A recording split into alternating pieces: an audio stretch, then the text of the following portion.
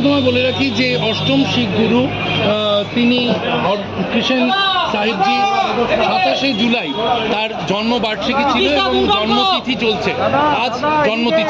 জন্মতিথির যে বিশেষ অনুষ্ঠান, সেই বিশেষ অনুষ্ঠান প্রতি বছরের মতোই কিন্তু সন্ত কুঠিয়া গুরুদুয়ারায় আয়োজন করা হয়েছে। আমরা যে ছবি দেখতে পাচ্ছি, শুভেন্দু অধিকারী বের হলেন গুরুদুয়ারা থেকে, তাকে শ্রদ্ধা জানাচ্ছেন শিখ সম্প্রদায়ের মানুষরা, সম্মান জানাচ্ছেন।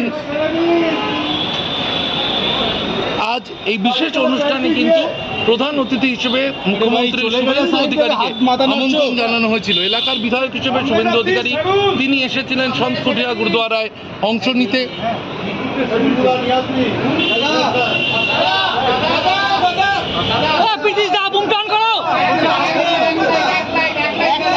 একটা